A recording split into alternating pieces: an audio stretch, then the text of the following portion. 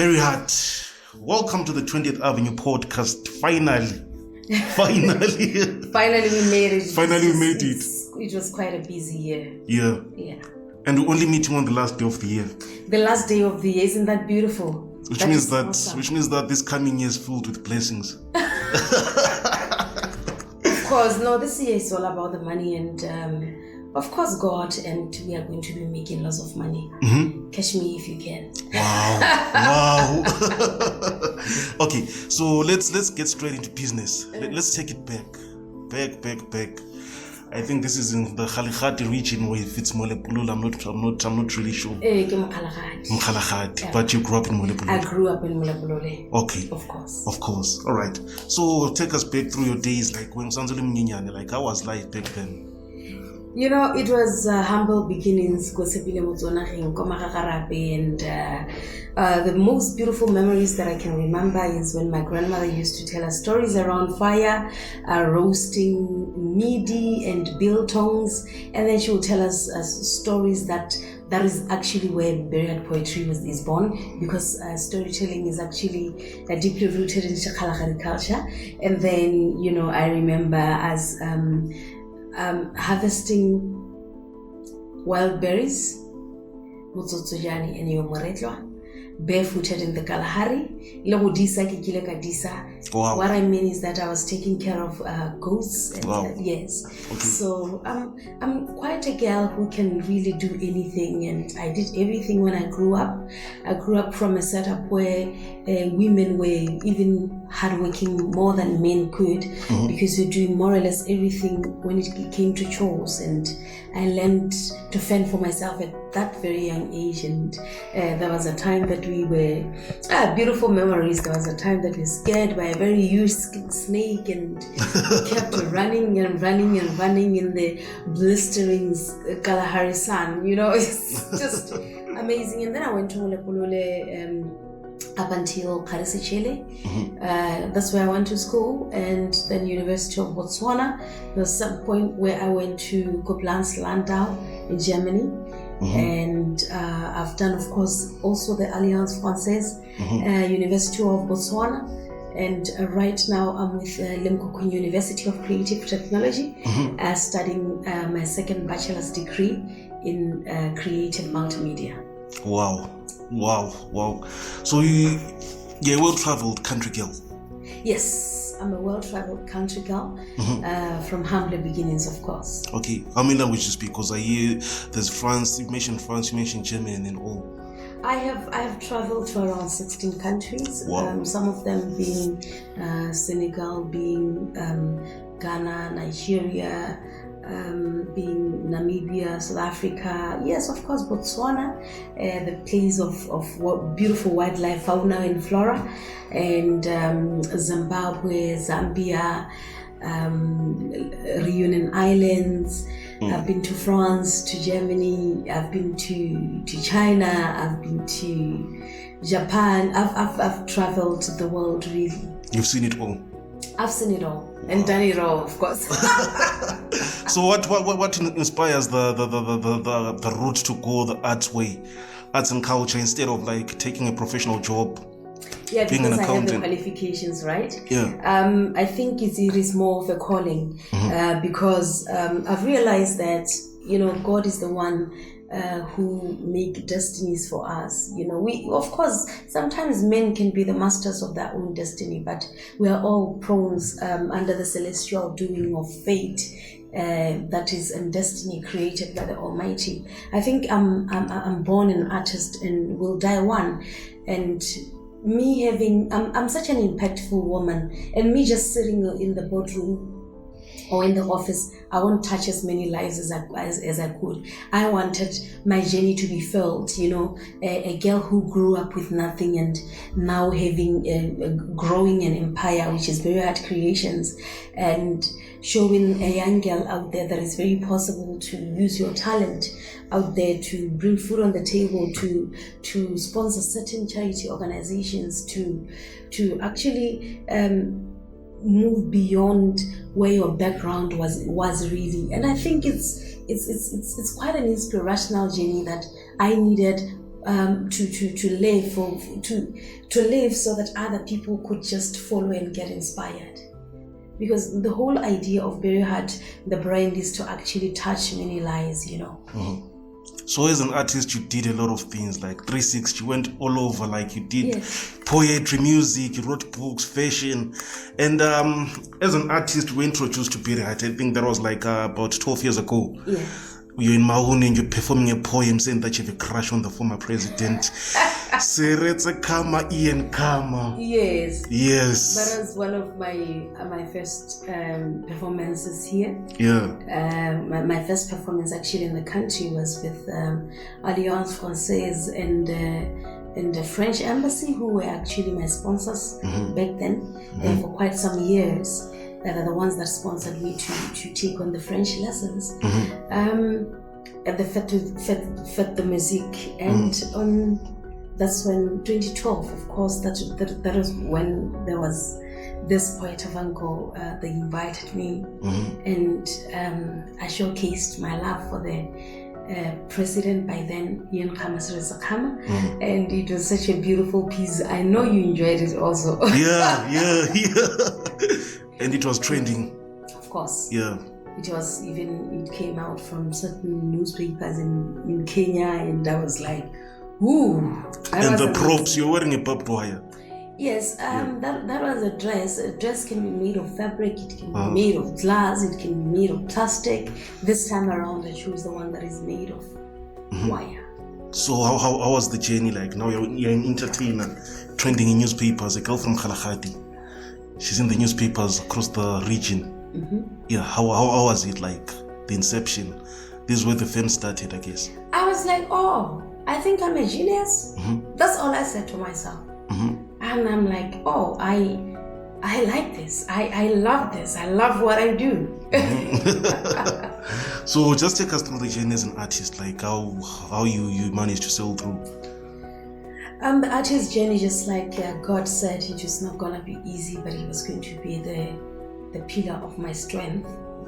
The music journey, or the entertainment journey in general, or the arts journey, because I do everything. I'm a powerhouse, So it was tough, but as well beautiful. I started in 2011 in Germany with Shabrator Productions. And produced Giving Birth to Love, and then actually that was Mama, and then I came to Botswana 2011. I produced Giving Birth to Love, and Botswana didn't get poetry. It was a poetry album, and they just didn't understand that somebody can just come up with poetry songs and stuff like that. And I remember the following years, that is when other artists like Andrea Chuma and the others started producing poetry in a CD, or laced with music in a certain production. But to be very honest, the Very Hard production was quite the first in this country when it get to an album really packaged in terms of poetry and music. And then it went on to 2012. I joined forces with a French embassy and Alliance Française, and we produced an album, Children of Mawa charity album, which it gave back to Springboard Humanism in Mulepolole and African Women's Leadership Academy, the Taula. And I remember that Springboard Humanism bought security doors for the girls. It is just an organization that takes care of the girl child, especially those bilingual by Hate Form 3. It is very hard in Botswana to go anywhere how Hate Form 3. Form 5 but everywhere you go about Form 5 you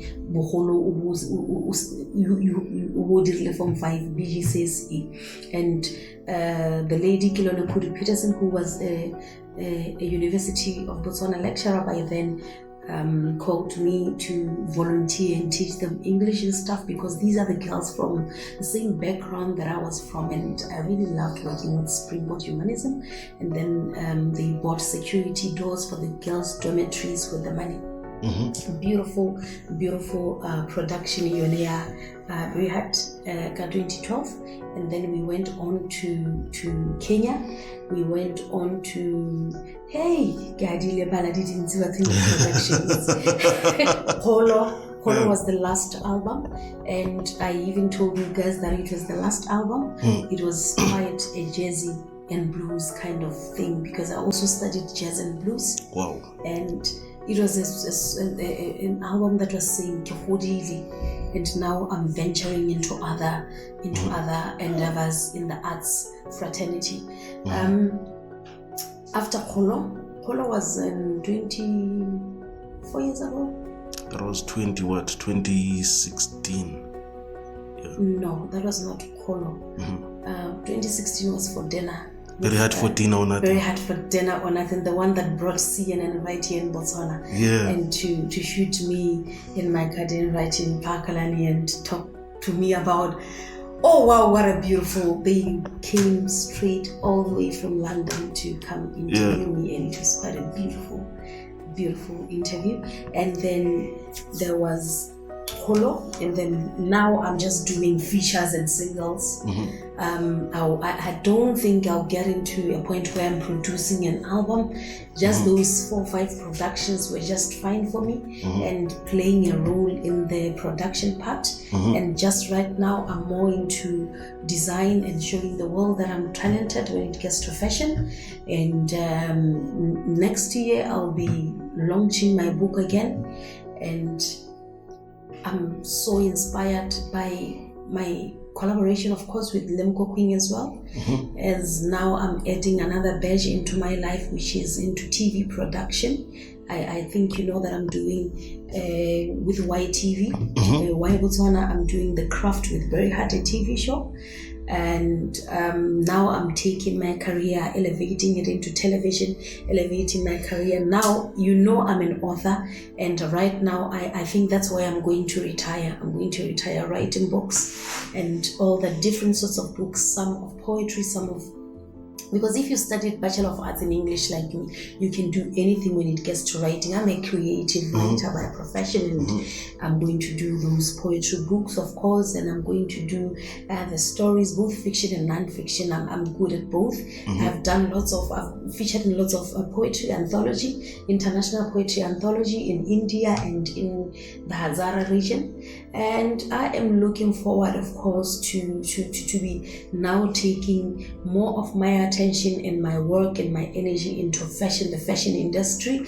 And after I move it, because you know I'm a mover and a shaker, that is when I'll transcend into a certain portion of the arts. I'm now also a graphic designer, learning graphic designing as well, because it's very important for my business. It's also important for my designs. You know, I just love drawing those designs using certain apps, you understand, like your InDesign, your illustrators, and so I enjoy really playing around with arts, both in technology and everything. So the people should expect a lot from the brand. The brand is so broad, so just get interested in the brand, follow the brand, and learn and get inspired. Don't hate, because we have a lot to offer. Okay, so you mentioned Very Hard for Dinner or Nothing. Yes. Let's talk about that era, because that's one of the most memorable Very Hard moments. That era whereby that controversial period. Very Hard for Dinner is one of the best productions. It won 2 awards, both in Botswana and internationally. And I was featuring, of course, AT. I was featuring Soka Muruakomu and Garo Maranta, and also Presby's, who was the producer by then. And it was just a song that AT and I told AT, you know what, AT, your energy and everything, I have something in mind, this is what I'm going to do. And when we were supposed to shoot that, which I just thought of women and their femininity, I was celebrating my femininity with Very Hard for Dinner. Oh, absolutely nothing. And then we got a rope that tied behind my back, and you understand, and nothing on actually. And when I posted that, everyone went crazy. I was like, ooh, I'm a genius. As if it was over. continued posting like different types of pictures, different poses, different messages. What was going on during that moment? And every performance had its own outfit. Like every song finished with a kiss or something. Yeah. I think I was merely trying to tell people about the freedom that artists have, as long as you are in the creative mood. Art is a way of setting our minds free as artists. That's where we express ourselves more. And one of the things in arts that I follow much is body. And body is energy. And even in real life, I read your energy. I look at your body language and everything like that. So I really like my body, of course.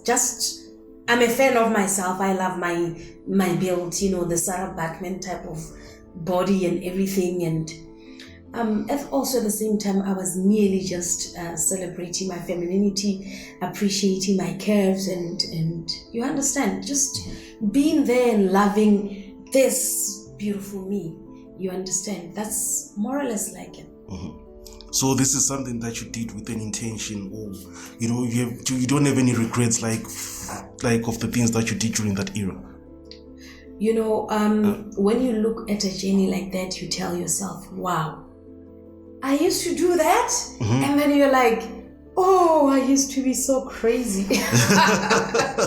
But then it is part and parcel of the brand. You understand? Some people wouldn't have known Berry Heart if it wasn't because of that. Some fell in and out of love with me. That is the thing with art. You fall in and out of love with the artist through time, through spatial and temporal difference. And for me, as Berry Heart, I learned from those. There are really grievous mistakes that I made in the past, but still I'm proud of those mistakes because I wouldn't be the woman that I am today. And that was one of the best times of my life where I was transitioning from a girl to a woman. And I look at it and I'm like, wow, it has been a journey, and thank God, and so help me God, to move forward with the same energy. You lived the life of a rock star, dude. You lived a life of a rock star. You're enjoying yourself back then. Thank you. Yeah. I'm still enjoying myself right now because my age, I have a certain way of having fun. I have a certain way of celebrating my femininity. You understand? But it can't be the same. So sometimes people say, we miss that Berry Heart. I'm like, I'm no longer 20 years. Yeah. Now I'm 34.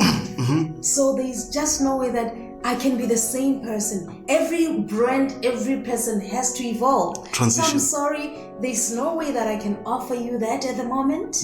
But we can just linger into memories, Yeah. Speaking of memories, you remember the night when you did a lingerie launch, Kosika Lounge? Yes. That was like 5 years ago, if not 6. Yes.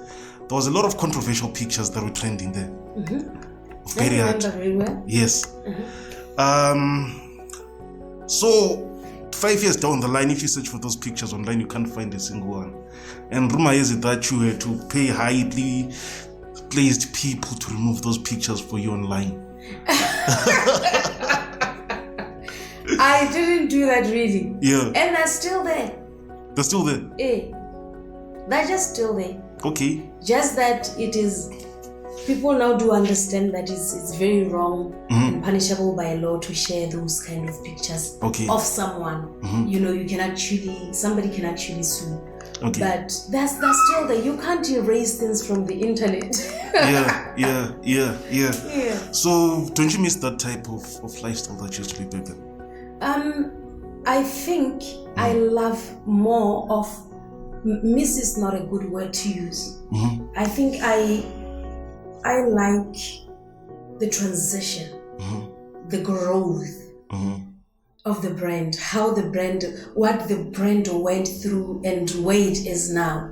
That's mostly what I just look at and appreciate, to see the difference, to see what the brand has come, how far the brand has come from, and the mistakes, the good things, the exposure that you as the media has been giving me and everything. It is more about looking back and saying it is part of the package, Yeah.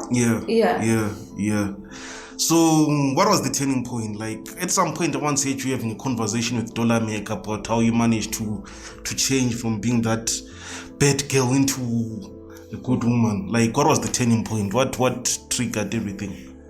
You know, I think everyone has got a time when they grow.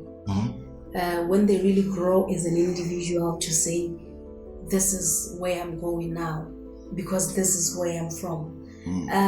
For me, it just came a time where I think I think everything started really when I met a certain pastor who was giving me counseling, and he kept on asking lots of questions, and those questions I used to ask them myself.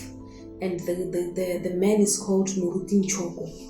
I don't know the first name, but a lot of people know him around. He's such a great counselor, and I'm looking for the time to actually meet him and say, you have shown me the potential that I have as an individual and as a brand and as a woman. And also the thing with age, there are certain things that you just give up as you grow, as you age. And as both as a woman and as a man, there can certain types of responsibilities that come with age, especially when you have Bana, like now with a baby, a marry and all the like. And I really think that time I was not in a position to be here today. But now that I'm here, I look at things differently. I do things differently. I eat differently. I think differently as well. So, speaking of you going through counseling, was there something that you had gone through, like a traumatic experience that you'd gone through, that led you to seek for counseling? I was just dating a certain guy, and he just advised that we go for counseling. Together. You know, and immediately after that counseling, I realized that he was not the person for me. And I moved on because I was just holding on to something that wasn't really working. But now, because I didn't know myself and what I wanted at that time, up until I met the pastor and did that counseling, that is when I realized that me and this person are not going anywhere, and we are not even meant to be together in the first. And this is not the kind of men that I'm looking forward to spending the rest of my life with. And that is when I started knowing myself more, because he was just asking so much personal questions that none of you guys have ever asked me. And it was such an intimate type of moment where, and I had never had that experience in my life, where you meet someone and you tell them everything about yourself. It was such a beautiful and of course sad, because there were certain things and certain traumas about myself that I didn't realize, and certain things that I want in life that I didn't realize. And at that time, that man really saved my life. So Muruti Njoko, wherever you are, you have played a very big role in my life right now. The woman that I am, the powerhouse that I am, and the powerhouse that I will forever be, because me meeting you in my life was the turning point of my life. You really changed my life, and thank you. Continue touching so many lives out there. You will save lives, man of God. Thank you so much. Still speaking of spirituality. Yes. You recently, not recently, but some years back, you documented your journey, your spiritual journey, with a gentleman called Nana Kwaku Bonsam, yes. Bonsam, yes. How did you get to be involved with him, and what exactly were you doing with him? Nana Kwaku Bonsam is a spiritualist. One of the most powerful spiritualists in Africa, and with him, he's one of the people who's actually so misunderstood. He's deeply rooted into the African culture. He believes in God, and also gods are the intermediaries between humans and God. And when I met him, it was the same thing with Renchoku, but at a different level. I remember he told me that I have a very big weakness. When he was spiritually helping to unlock my third eye and all that, with prayers and everything, he told me I have a very big problem. And that big problem is me who has it. It's not somebody bewitching me to have it. And that thing is anger. and he told me that I had lots and lots of anger, and I really had to deal with the anger. That is when I met Renchoko and then dealt with my anger. You can realize that I talk differently to backlashes and all that, and trolls in social media. Back then I used to just fight back and all that, not knowing that God is the one who has to fight for me, not me fighting back at a physical level. That is when I didn't know back then, because I wasn't very gifted spiritually and I wasn't spiritually strong. So I thought things were actually in the physical realm, but things are actually in the spiritual realm. That's where decisions are taken, that's where wars are done, that's where everything else is done. I was doing everything in the physical realm and I thought that was just enough. So he told me that I had lots of anger, and that anger is blocking lots of my blessings and all that. And then the thing is, I just had to work on my anger and go to counseling, read certain books, and also to counsel myself, because there's just no one who can help you, even a counselor, if you are not willing to help yourself. And that's more or less where everything started. That's where I got the power from, because anger was taking so much power on myself, so much energy on myself, and it was really draining me. I couldn't see that I had an enemy living inside of me, which was anger. And everybody out there with anger, stay away from anger, because it destroys the vessel that holds it. It's like drinking poison and expecting the next person to die. Like, really, you are dying and you are killing yourself. Anger is one of the biggest killers of humans. So, like, which process did you go through? Because it was also believed at some point that he was giving you supernatural power so that you can come back to Botswana and open a church. I was just having fun. You know, when people saw me with him, they said, I remember one of my friends in the media fraternity, Philemon Meso. He just, on that comment, I never forget, he's like, and Thobo Muthoka, he's from Sunday Standard. Philemon is the president of Bumau. And they were really passing jokes. They were like, we have found space in a white tent in Montani, so we will open the church. And then they were like, I'm the one who's keeping money. You know, that's just how everything started.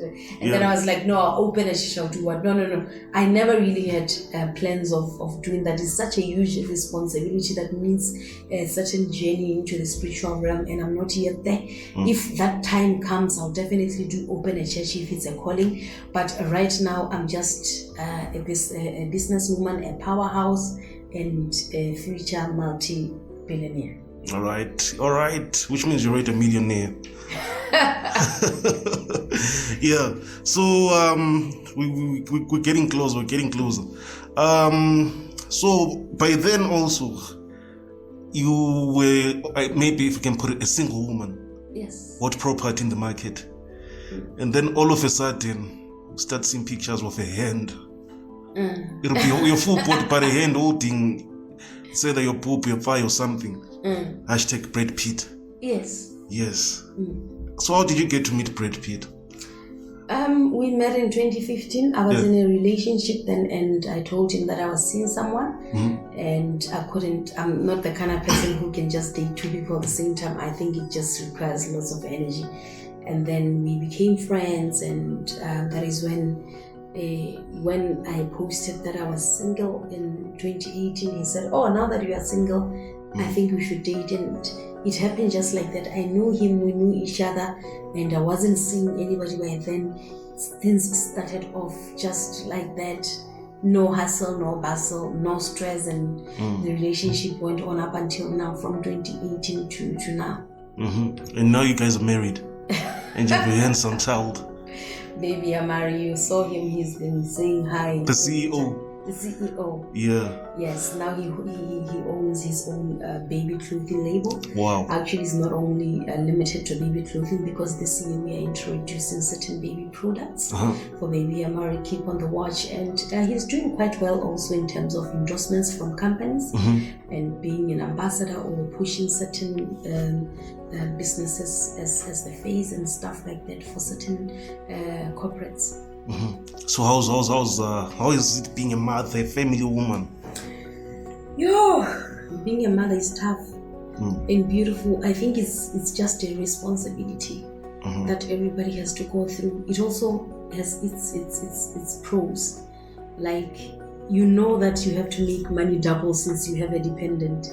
You know that you have to be responsible. Even when you drink the alcohol, you know that you have to drink responsibly because there's somebody who would want you to feed him at night. And imagine if you have blacked out, which means you are going to be starving a human being. So really, motherhood is actually responsibility, just to sum it up.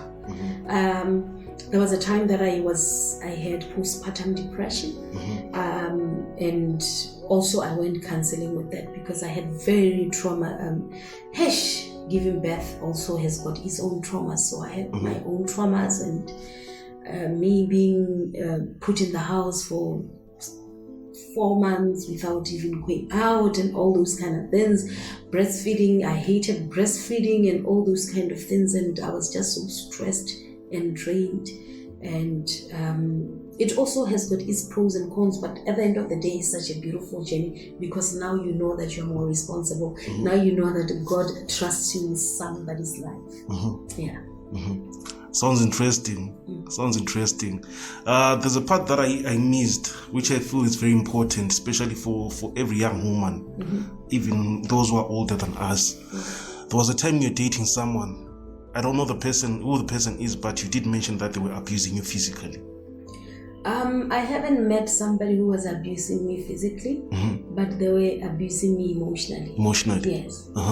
Yes. So, like, how did that make you feel during that moment? And how did you manage to remove yourself from that space? I think we just, as women or even men sometimes, we just are on denial, of who the person that you love or loved or in a relationship is doing negatively into your life. These people that we meet with negative energy, and they really some will do the insults, some will just doing a whole lot of emotional abuse in general, and you will see that I'm getting abused here. That's the thing with abuse. And then later on you tend to adapt, and you tend to normalize it. But then something inside of you, especially I, who has been working around the gender agenda, gender-based violence with certain organizations like United Nations, European Union, the Gender Affairs, under the Ministry of Labor and Home Affairs Ministry. So I think I was just that time not ready to all the time talking about gender-based violence while I'm going through talking about gender while I'm going through it. And then there was a certain point that I said no, and then that thing had to end. You even left the management that you're under because they're always advocating for women's rights and stuff, right? Yes. So how did you pull out, by the way? Like, if you can touch on how you pulled out, like how you redeemed yourself, because this is something that a lot of sisters are failing to do. Yes. I think it's a way of being aware of what gender-based violence is first, because sometimes we do it as women to men, of course, and mostly as per statistics, it's mostly men against women. But at the end of the day, abuse is there. You just have to know what it is, to know that you are actually abusing or being abused. That is why I was in a position to go, because I was already sensitizing gender-based violence with such organizations, and that's how I managed to go out of that relationship. And also the idea of counseling and everything. Counseling helps you a lot, and I just want people to just learn to go to counseling.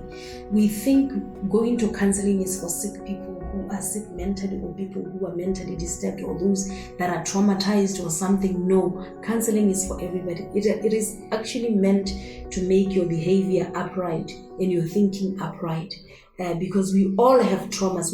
we are all broken one way or the other. You just have to identify. I remember there was a certain point that I had postpartum depression, and there was an argument that I had with Rahwa Mari, and one of my uncles sat me down and said, and I was like, no, he is the one doing this and that, but he, trying to blame, and he's like, no, he's another person. He is doing something that triggers. You understand? That is when I got to be aware that I had postpartum depression, and I went out there and found help. The other thing is also accepting that you have the problem. If you become in denial that you are being abused or you are the abuser, you are definitely going to continue the cycle and raise a generation of toxic kids. So it is a whole lot that needs to be, women need to know what gender-based violence is, so that you know whether you are doing it or it is down to you, and then so that you can stop the cycle. All right. Before we wrap it up, you said a lot of things. Your political calling, like you put it on hold, like no tone or something. At some point, you wanted to be an MP, and in my area. In your area. In my area, it is no longer there because the calling is no longer there. It was something that I had wanted to do, but I found that there's a certain way of being in power as a woman, even if it's not through politics. Then my thinking was like, for me to make a huge impact in society, I have to be a member of parliament. No, it is actually the business woman. Money is the thing that makes you to be in power, which is why I'm making it so that I accumulate it. And it's not you being in parliament. And I also realized that for me, I have a large following, and me identifying myself with a certain party is not going to do well for the brand or for the calling that I have as an individual, because then I'll be having such disparities, which I really don't want. The brand is more powerful than politics. The brand is more powerful than whether you are red or you are black or you are what you are. So I've since realized that my calling is actually into social development. Looking at the background where I'm from, I'm more into giving back to community, making money and being really neutral with everything. Yes, I can say I have a say in certain things and certain issues, but at the moment, the woman that I am, I don't want to get involved in politics anyhow, and I'm not going to be involved in politics anyhow because of the vision that I have. My calling is being a businesswoman and having an NGO that is going to empower children, women.